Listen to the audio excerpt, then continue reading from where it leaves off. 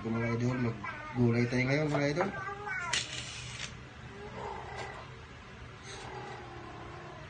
Ito mga idol, oh, galing sa garden ko ito mga idol. Ayan, okra.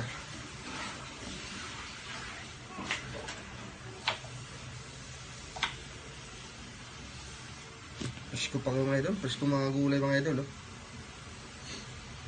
Yung galing sa tinanim kong ano, gulay mga idol, nakarbis na tayo mga idol. Kaya pag may tiyaga mga idol, tsak, may hilaga.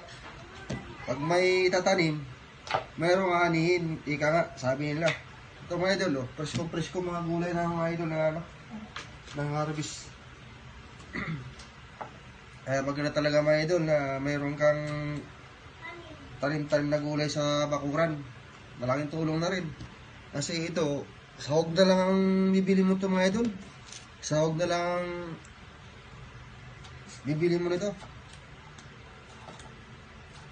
Di makabas-bawas ka na sa ano. Kabas-bawas ka na sa gastusin.